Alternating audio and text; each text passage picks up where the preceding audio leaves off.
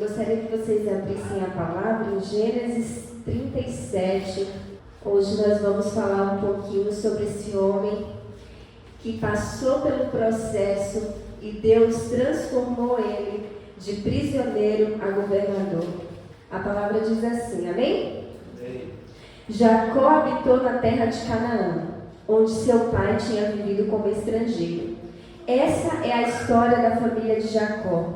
Quando José tinha 17 anos, pastoreava os rebanhos com os seus irmãos. Ajudava os filhos de Bila e os filhos de Zilpa, mulheres de seu pai, e contava ao pai a má fama deles. Ora, Israel gostava mais de José do que de qualquer outro filho, porque ele havia nascido de sua velhice. Por isso, mandou fazer para ele uma túnica longa. Quando seus irmãos viram que o pai gostava mais dele do que de qualquer outro filho, odiaram-no e não conseguiam falar com ele amigavelmente. Certa vez José teve um sonho, e quando o contou a seus irmãos, eles passaram a odiá-lo ainda mais. Ouça o sonho que tive, disse-lhes. Estávamos amarrando os feixes de trigo no campo, quando meu feixe se levantou e ficou em pé. E os seus feixes se juntaram ao meu redor, e se curvavam diante dele. Seus irmãos lhe disseram, então você vai reinar sobre nós? Quer dizer que você vai nos governar? E o odiaram ainda mais por causa do sonho e do que tinha dito. Depois teve outro sonho e o contou aos seus irmãos. Tive outro sonho, e dessa vez o sol e a lua e 11 estrelas se curvavam diante de mim. Quando o contou ao pai e aos irmãos, o pai o repreendeu e lhe disse, que sonho foi esse que você teve? Será que eu, sua mãe e seus irmãos viremos nos curvar até o chão diante de você? Assim seus irmãos tiveram ciúmes dele. O pai, no entanto, refletia naquilo. Senhor, meu Deus e meu Pai, nós colocamos diante de Ti, Senhor, essa palavra, porque sabemos que a revelação vem de Ti, Senhor. Sabemos que de Ti flui as fontes, que a Tua palavra é verdadeira e eficaz, e que ela corta como espada de 2 gumes. Senhor, eu creio que quem está aqui nessa noite era para estar aqui, porque o Senhor deseja falar no particular com cada um de nós. Senhor, quanto a mim, que eu venha diminuir, Senhor, para que o Senhor cresça, que não seja eu, mas seja a Tua boca, Senhor, seja a Tua vontade, seja as Tuas palavras através de mim, Senhor. Paizinho, em nome de Jesus, que haja cura nessa noite, libertação, Senhor, que haja um mover do Espírito Santo, porque nós cremos que é para Ti, por Ti, todas as coisas. E nós temos que o Senhor quer falar conosco mais uma vez. Nós Te adoramos, nós Te glorificamos, em nome de Jesus. Amém? Todo mundo aqui, eu creio que já ouviu falar da história de José. É uma história que eu acho muito linda pelo desfecho dela, mas nós vamos chegar lá, né? A história conta como que a família de José veio, né? De Abraão, Isaac, Jacó, José. E aí eu consigo ver como Deus, Ele nos mostra que perfeito é Ele. Porque todas as histórias nós conseguimos ver a imperfeição. Porque quando você olha para cá, era uma família completamente disfuncional. Jacó, ele foi casar, e aí ele trabalhou 7 anos, foi enganado, aí na hora o pai trouxe a irmã, que não era que ele gostava. Então ele trabalhou mais 7 anos por aquela que ele queria casar. E aí pensa, mulheres aqui, 2 mulheres dentro de uma casa, disputando o amor de um homem. O que não era aquela casa? Aí uma tinha filhos, um atrás do outro. A outra não podia ter filhos. Eu imagino aquela que tinha filhos falando, ele não me ama, mas eu tenho filhos, você não dá filho. E aí as crianças naquela briga também. Então eu consigo imaginar como que não era essa casa. Era uma loucura. E aí, imagina quando Raquel conseguiu ter o primeiro filho. Jacó devia tratar Raquel como uma rainha, né? A mulher que ele amava, deu um filho para ele. E Lia, como que Lia ficava? E de Raquel veio José. E a palavra é bem clara quando fala que Jacó amava José mais do que qualquer outro filho. E aí a gente consegue ver o quão disfuncional é, porque a preferência, ela causa divisão. É nítido, quando alguém, um líder, um pai, ele prefere alguém, ali causa divisão. E a divisão, ela causa ciúmes. E o ciúme causa o ódio, a ponto de fazer alguém tirar a vida do outro. Lembra de Caim, Abel? Porque Deus preferiu a oferta de Caim, Caim matou Abel. Porque Deus preferiu a oferta de Abel, Caim matou Abel. Porque a preferência, a exclusividade, ela causa ciúmes. E os ciúmes, a divisão, ciúmes, e o ciúme causa o ódio. E o ódio ele destrói. E é nesse contexto aqui que José ele estava. E Jacó foi muito mais além. Ele deu uma túnica. Só que essa túnica que ele deu a José era para o primogênito. José não era primogênito. Rúben era primogênito. Então, como que não ficou Rúben? Além daquela divisão, aquela discussão, aquilo tudo, é como se José tivesse tirado o direito de Rúben. E é como se Jacó tivesse dado direitos a José que ele não tinha. Rúben estava errado? Não. Os outros estavam errados? Não. Mas a preferência causou isso. E é nesse contexto que a história vai dando desfecho. Mas Deus, ele tinha um plano maior na vida de Jacó, ou na vida de José. E difícil, muitas vezes nós estamos no contexto igreja, e a gente sabe que Deus tem um plano especial para um, não que Deus ama ou que Deus dê preferência, mas Deus tem planos diferentes para cada um. Porque se a palavra diz que nós somos corpo, nem todo mundo pode ser cabeça, nem todo mundo pode ser pé. Só que nós esquecemos que o pé sustenta todo o corpo. E o pé é o que menos cuidamos, né? Mas ele sustenta todo o corpo. Mas Deus sabe quem ele chama, quem ele escolhe. E Deus havia chamado José. E José começa e ele, além de tudo, além do filho amado, mimado, porque eu tenho um mais novo. Aí a gente, dá aquele mimo, ele fica mimadinho. Aí a gente sabe como é, não que haja preferência, é diferente. Mas além dele ser mimado, ele ainda relatava todos os defeitos dos outros irmãos para o pai. Ainda era puxa-saco, né? E isso causava mais ódio. Mas Deus, mesmo assim, Deus tinha um plano na vida de José. E quando José começa a ter um sonho, porque Deus ele sempre aponta aquilo que ele tem para nós. Pode parecer, a gente às vezes faz de sonso, às vezes a gente faz de desentendido, mas Deus sempre fala, Deus sempre aponta o que ele tem para nós, o que ele projetou para nós. E Deus desde o começo começava a dar sonhos, e José provavelmente ele era inteligente, amável, porque um pai e uma mãe, ele pode não ter preferências, mas o filho, tem filho que alcança mais o coração, tem filho que não quer se achegar tanto ao pai, e eu acredito que José era esse filho, amável, que abraçava, beijava, né? Além de ser filho da esposa que ele mais amava. E então, Deus começou a dar sonhos para ele. E se ele imaginasse o que viria, talvez ele nunca teria contado, né?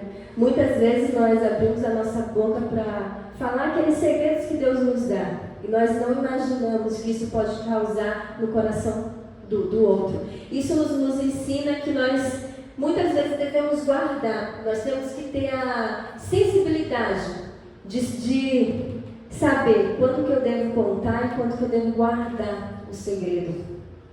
E José, por ter 17 anos, não tinha essa maturidade. Mas então, Deus começa ali a apontar o destino de José. E além disso causar ciúmes, então a história conta que um dia os irmãos foram para cuidar, né, pastorear, e Jacó, sem sabedoria nenhuma, né, mandou José, vai lá saber o que eles estão fazendo, já que o delator ia delatar tudo, né, vai lá para ver o que eles estão fazendo. E o ódio no coração deles, porque ódio, queridos, ele não nasce de uma hora para outra. Eu aprendi que nós alimentamos, nós somos aquilo que nós alimentamos. Se o nosso coração está inclinado para o ódio, se eu alimentar o ódio, aquilo vai corroendo os meus ossos e me leva a cair. Mas se ele passa por mim e eu decido não alimentar, eu tenho a chance de provar a presença de Deus que vai tirando aquilo que não é bom. Porque de bom nós não temos nada. Mas aquilo que não é bom, e eu decido para a presença de Deus e me limpar, o Senhor cada dia mais ele vai tirando. Só que não é o que aconteceu. E aí nós vimos aquilo que os irmãos tramam matar José. Porque Satanás ele não quer só matar a sua alma, ele quer matar o projeto de Deus. Então quando ele quer tirar a vida, na verdade ele sabe que aquilo que Deus tem não é só para nós, é para uma nação, é para uma nova geração, é para algo futuro. Então, ele quer matar aquilo. E eles tramam e colocam José no poço. E hoje, quando eu estava escrevendo essa palavra, Deus me trouxe muito forte, poço. E eu fiquei perguntando, por que poço? E aí eu fui lá pesquisar. Porque em Gênesis 37, 24, fala assim: agarraram-no e jogaram num poço que estava vazio e sem água. A gente acredita que quando está vazio, está sem água, né? Porque diz que está vazio, está sem nada. Mas aqui na palavra diz que além de vazio, estava sem água. E aí eu fui procurar o significado de água. E água quer dizer vida, bênção, sinal da presença de Deus. E a palavra diz que o poço estava sem água. E então, quando ele cai naquele poço, ele, além de estar vazio, sem a presença de Deus, sem vida, ali era lugar de morte. Ele encontrou a solidão. No caminho da promessa, o primeiro lugar que José conheceu foi a solidão. Porque no poço, além de escuro, ele tira todas as distrações. E eu entendi que para nós caminharmos para aquilo que Deus tem, muitas vezes Deus nos leva para a solidão, porque na solidão nós tiramos a distração. E ali ele só podia olhar para um lugar, ele só podia olhar para Cristo. Porque quando nós estamos em morte, sem a presença, nós nos voltamos para aquele que é a presença. Então, naquela solidão ali, eu acredito que sem entender ainda por que eu fui jogado aqui, o que está acontecendo aqui, mas no caminho da promessa é necessário passar pela solidão, é necessário passar pela escuridão, por aquilo que parece morte, para que eu possa olhar para o céu, de onde vem o meu socorro. E eu imagino aquele jovem, 17 anos, naquele poço. Você consegue imaginar? Aquela escuridão, aquela solidão. Mas nós não estamos falando de qualquer pessoa, nós estamos falando de um filho muito amado, um filho muito querido, um filho rodeado do melhor. De repente ele está num poço, na solidão, traído. Então ele olha para cima. E a história continua contando que eles decidem vender ele.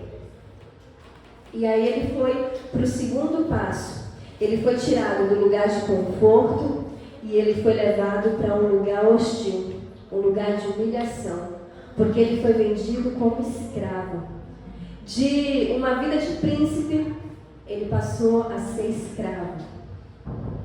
E muitas vezes nós queremos muito a exaltação. Só que nós precisamos entender que para ser exaltado, precisamos ser humilhados. Então José caminhou naquele caminho de humilhação, naquele caminho de solidão, de desconforto, onde não havia mais a proteção do seu pai. E aí, eu vou para o terceiro passo. José conheceu o favor de Deus. Porque a palavra ela continua contando, se você ver toda a história, ele chega lá no Egito e ali ele é vendido para Potifar. E na casa de Potifar, ele percebe, depois você pode ler, ele percebe que Deus estava com José. Ele percebe que havia algo diferente em José. Então ele favoreceu José. Quando a presença de Deus ela está em nós, o ambiente pode ser hostil, mas é notório que Deus está conosco. E o que eu aprendo com José, que não importa o lugar onde eu esteja, eu vou continuar fazendo aquilo que eu nasci para fazer. Eu vou continuar exalando o perfume, porque o perfume do meu rei está em mim.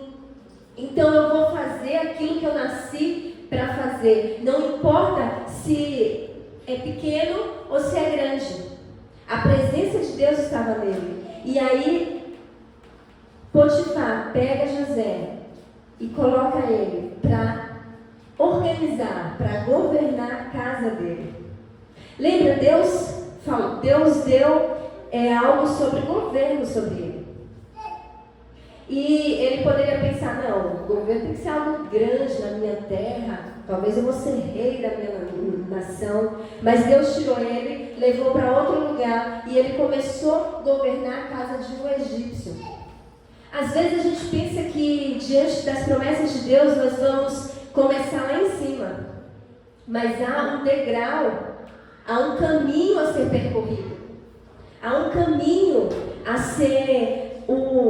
O caminho da promessa, ela exige renúncia. Muitas vezes não é da forma que nós queremos, não é da forma que nós sonhamos, mas é como ele sonhou. Mas quando eu entendo que no final eu vou chegar aonde o meu Deus quer que eu chegue, eu vou exercer como ele quer, independente do lugar que eu esteja. Porque a presença dele está em mim, o perfume dele está em mim. Então, aonde eu chego, pode ser por pouco tempo, mas eu vou exalar aquilo que está dentro de mim. E José fazia isso, e ele administrava a casa de Potifar. E ali continua contando, só que Satanás está sempre ao nosso derredor. A intenção dele é sempre nos fazer cair. E ali, quando nós estamos em um determinado ponto, parece que nós começamos a dar passos longos, não, eu vou chegar. Aí nós descobrimos que nós precisamos passar pelo ponto, que é a prova.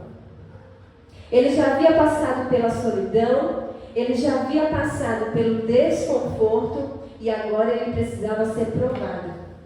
Muitas vezes nós não queremos ser provados. Só que nós esquecemos também que para ser aprovados, nós precisamos ser provados. Quando a gente vai passar em qualquer prova, nós precisamos fazer a prova. E na vida, nós também precisamos fazer provas. Nós também precisamos passar pelas provas, para que nós alcançamos o patamar que Deus quer que nós alcancemos. E ali conta que a esposa dele o seduziu. Mas aquele que tem a presença, aquele que exala o perfume, ainda que a sua vida esteja em jogo, ele vai preferir honrar a presença. Ele vai preferir ser fiel à presença. E ele mesmo sabendo que aquilo poderia custar a sua vida, ele foge. Ele foge. Isso me lembra que em um ponto da minha história, pouco tempo, que Deus me deu uma palavra, eu fui sair de um lugar para o outro, e a palavra que Deus me dava era quando Davi, ele fugiu de Saul. Nós precisamos entender que às vezes, para guardar a presença, é necessário fugir. Nem sempre a gente foge, é de outra forma, mas existem situações que é necessário fugir do ambiente, fugir das conversas, fugir daquilo que não está na direção de Deus. Se necessário falarem, fazerem como for, mas eu preciso estar e guardar a presença, porque quando eu guardo a presença, eu chego na promessa. E é assim que ele fez. Então ele foi preso, mas aquele que guarda a presença, ele encontra favor. E José novamente ele encontrou favor do carcereiro. E eu achei o máximo quando eu li que o carcereiro ele não se preocupava mais com a prisão. Ele não se preocupava em nada, a palavra diz. Porque ele deu o governo da prisão nas mãos de José. Aí eu fico pensando, José, assim, mas Deus me chamou para governar. Eu estou governando a prisão. Eu até comecei em um patamar melhor, né? Estava governando a casa de um egípcio. Agora eu estou governando a prisão, o calabouço.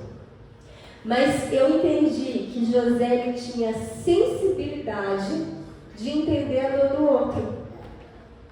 Por quê, José? Porque quando a história conta que tinha um copeiro e um padeiro que foram presos. E José estava ali fazendo a ronda, estava fazendo o papel do carcereiro. Estava ali fazendo a ronda. Ele percebeu que eles estavam tristes. Você pode ler. Ele percebeu que eles estavam tristes. Ele teve a sensibilidade. E essa sensibilidade mudou a história dele. E ali ele percebendo, ele, outra coisa forte, ele passou de sonhador a interpretador. Porque até então ele só tinha sonhado. Mas de repente ele começou a interpretar sonhos. Quando aqueles dois se abalaram, e aí ele disse, por que vocês estão assim? E eles falaram, não, porque eu tive um sonho, e o outro também teve. E aí ele falou assim, olha, o Deus a quem eu sigo, não é dele o sonho? Ele revela o sonho. Então Deus deu ali a revelação do sonho para José. E exatamente como José falou, aconteceu. E só que ele disse assim, ó, quando você estiver lá com o rei, lembra de mim. Ele já estava acostumado com o favor, né? Lembra de mim. Mas eu aprendo que há tempo para todas as coisas. Coisa difícil é o tempo. Porque o tempo de Deus não é o nosso. E às vezes Deus nos fala algo e nós achamos que vai acontecer, que está pronto para acontecer, que nós estamos prontos. E na primeira esquina a gente descobre que a gente não está pronto para nada. No primeiro escorregão a gente descobre que, Senhor, não estou pronta não. Eu achava que eu estava pronta. Mas Deus é tão lindo que Ele não nos dá nada que nós não possamos suportar. José não estava pronto para aquilo que Deus tinha para ele. Mas no momento certo, Deus trouxe favor, o copeiro falou sobre ele, e ele voltou a interpretar o sonho do rei. E todo mundo conhece a história. E o rei tornou governador. Só que eu aprendi também, José só pôde governar uma nação quando ele aprendeu a governar suas emoções, quando ele aprendeu a governar os seus impulsos. Gente, porque vocês não acham que ela era bonita? Satanás ele não coloca nada ruim. O pecado não é ruim. O pecado tem gosto bom. A consequência dele que é ruim.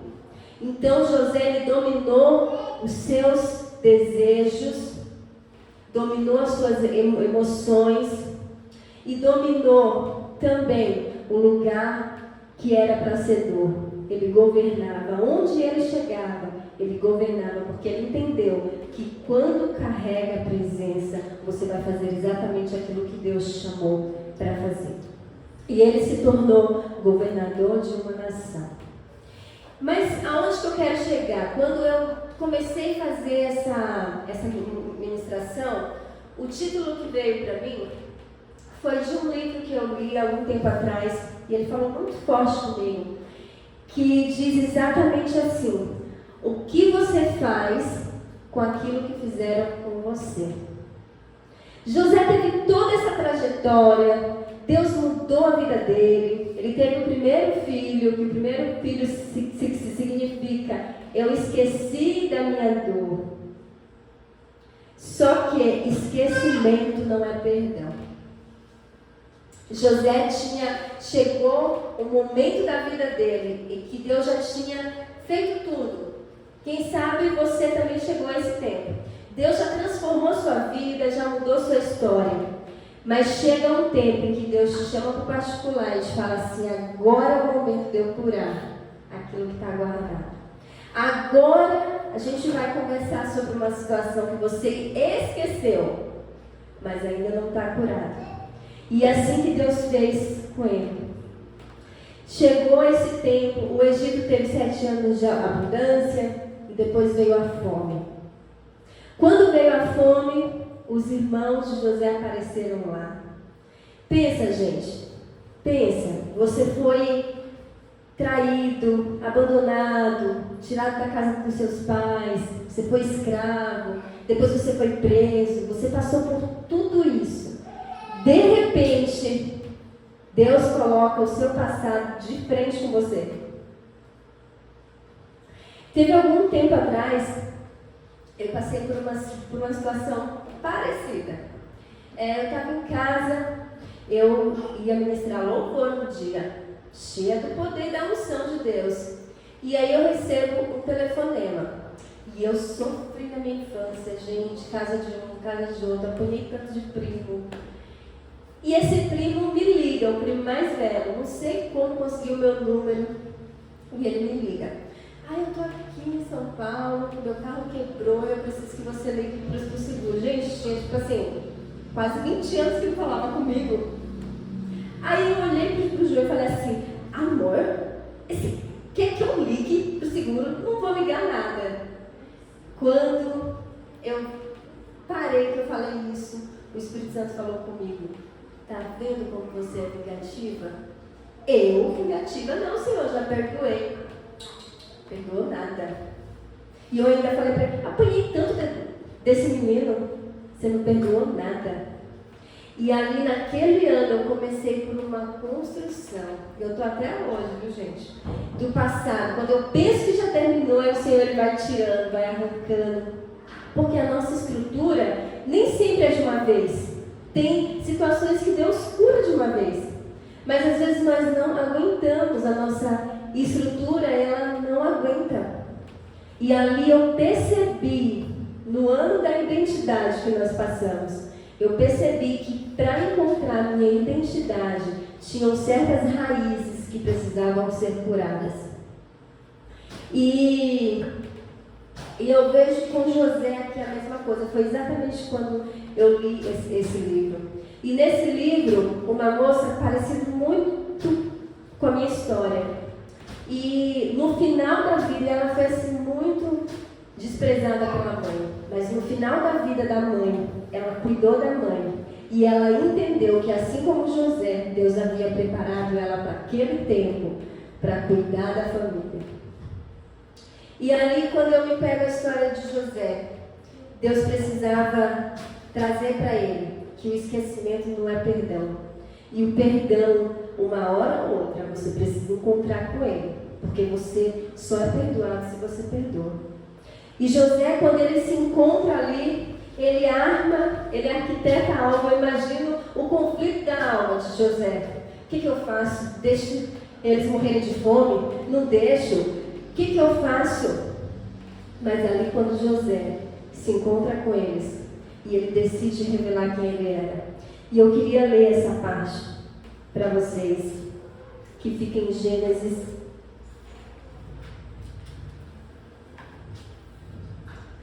41.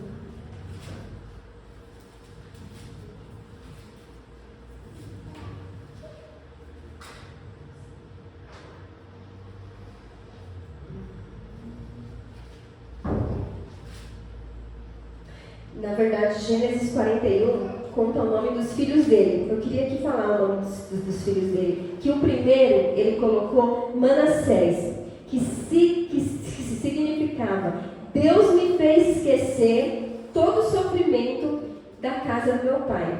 O segundo chama Efraim, que diz: Deus me fez prosperar onde tenho sofrido.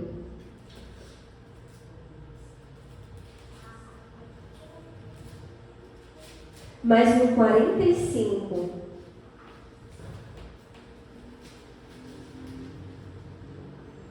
o 45 diz assim: a essa altura, José não podia mais conter-se diante de todos os que estavam ali. Às vezes existe um choro preso. A gente tenta esconder aquele choro, mas quando nós nos deparamos com a cura, todo aquele choro que está preso, ele precisa ser posto para fora. E ali ele conta que ele não conseguia conter-se. E ele gritou: saiam todos. Assim ninguém mais estava presente quando José se revelou aos seus irmãos.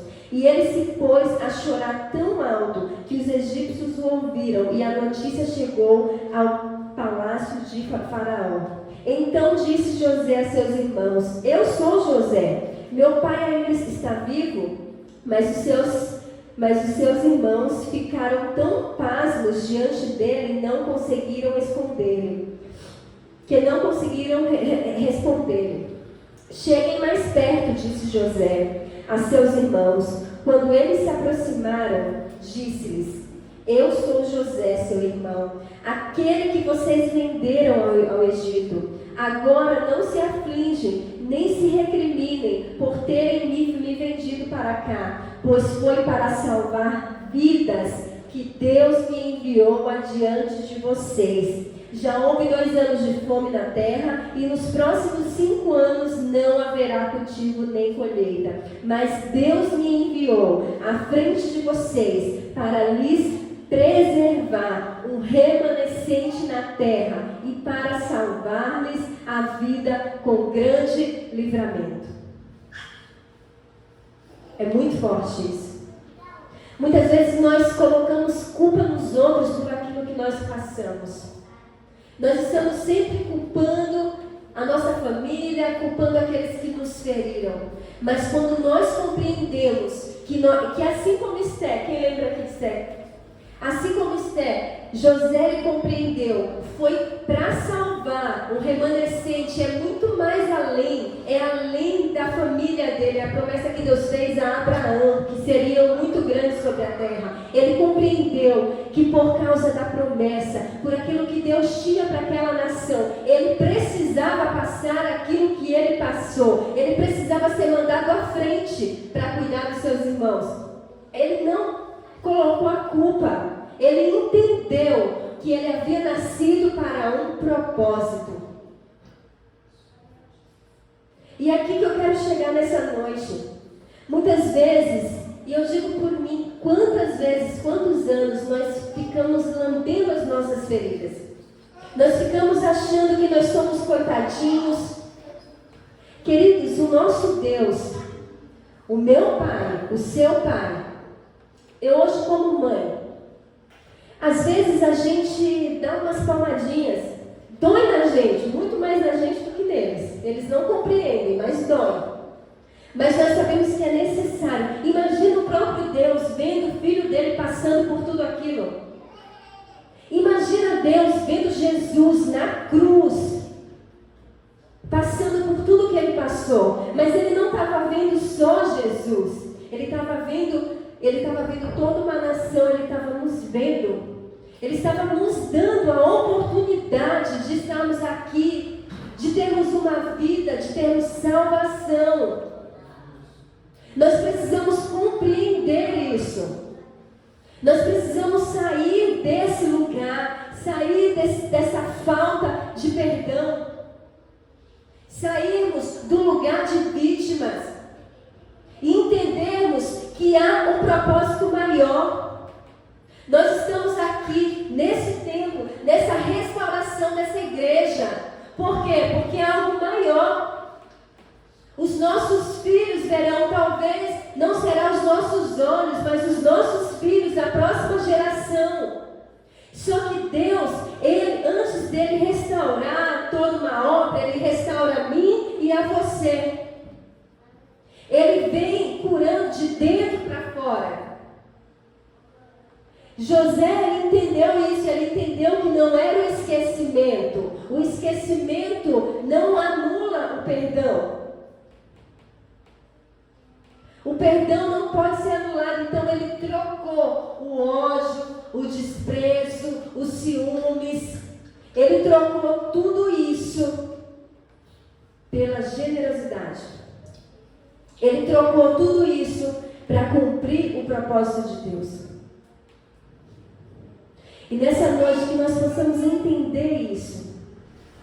É difícil, é. É difícil. Em todo lugar que nós vamos, eu sempre coloco alguém para nos lapidar, né? Não adianta mudar de casa, mudar de bairro, mudar de igreja, mudar de nada. Quando nós entendemos que nós precisamos passar pelo processo, eu digo para você, é melhor fechar os olhos, segurar na mão de Deus e falar: Senhor, me ajuda e que eu quero passar logo. Eu lembro em 2013, eu era casada por quase 10 anos e eu estava muito cansada daquela vida. Estava muito cansada. E uma madrugada, eu me ajoelhei.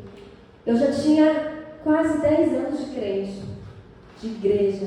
Mas todo ano eu estava em uma igreja, em um lugar, em um estado. E aí eu me ajoelhei naquela madrugada e eu não tinha noção da oração que eu fiz. E eu falei para Deus: Senhor, tira tudo que o Senhor tiver que tirar. Mas eu quero te servir de verdade. Queridos, em menos de 2 semanas, Deus tirou tudo. Tudo que você pudesse imaginar. E eu estava em outro estado, Nordeste, sem ninguém, com uma criança de 5 anos. E ali nós começamos a perder tudo. Primeiro foi o marido, que foi embora com outra. Comecei a perder tudo. Eu só não perdi o filho. E eu lembro que quando eu percebi que eu estava entrando no moedor, eu falei para Deus: Senhor, eu aguento o processo. E eu acho que eu me converti naquela época, acho não, eu tenho certeza. Naquela época eu fui moída. Eu falei: Senhor, eu aguento o processo, o Senhor pode me levar para o lugar do processo. E não foi depois que eu disse assim de uma hora para outra. Por 1 ano eu fiquei naquele lugar. Eu comia porque me davam, eu vestia porque me davam. Isso como filho. E eu morava onde tinha que morar. Por 1 ano. Mas eu aceitei passar por aquele processo. Tiveram muitos outros, né? A gente sempre vai estar passando. Mas foi o mais difícil da minha vida. Mas naquele processo, eu entendi que eu podia perder tudo. Eu só não podia perder a presença de Deus. E depois que eu me permiti passar por aquele processo, Deus me trouxe para Cristo Center. E Deus começou um processo de cura interior. Eu lembro que antes de eu vir, já tinha alguns meses, um profeta nunca tinha me visto, passou de carro, aí parou e ele olhou para mim e falou assim: eu não te conheço, minha filha, mas Deus me diz que Ele vai limpar sua casa e te dar uma casa. E Deus começou, quando eu vim para Cristo Center, limpar a minha casa. E depois eu casei, Deus me deu uma casa. Deus me deu um apartamento mobiliado com tudo. Eu só entrei eu e as minhas roupas e meu filho. Da forma como Deus falou. Mas talvez se eu não tivesse aceitado passar pelo processo, eu estaria até hoje vivendo aquela vida, achando que eu podia resolver do meu jeito. Que eu podia fazer do meu jeito. Que eu podia tomar as minhas melhores escolhas, que sempre me levavam para o pior lugar. E eu posso dizer que Deus, Ele faz com que um prisioneiro seja governador.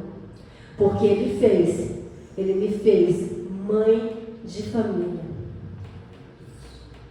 aquela que ninguém dava nada, mãe de família. E o ano passado eu tive a minha primeira pastora da Bahia. Ela veio aqui, ela vai vir de novo, mês que vem. Ela veio aqui, ela olhou para mim e ela falou assim: como eu estou sendo ministrada. Porque eu olhava para a sua vida, era uma menina, era uma bagunça. Parecia que nada ia tirar daquela bagunça. E Deus transformou aquela bagunça em uma vida, em uma família, em uma casa. Por mim? Não. Deus tem algo muito maior. Hoje eu não consigo ver, eu só consigo ver os meus filhos e o meu marido. Mas quem sabe Deus tem uma nação. Quem sabe Deus tem um povo. Deus tem algo muito maior, porque nunca é sobre nós, é sobre o outro. Nunca é sobre nós, é sobre o reino. E quando nós nos permitimos ser lapidados e nós decidimos o caminho do perdão, o Senhor entrega para nós muito além do que um governo. Deus entrega para nós uma nação e um povo escolhido. Em nome de Jesus.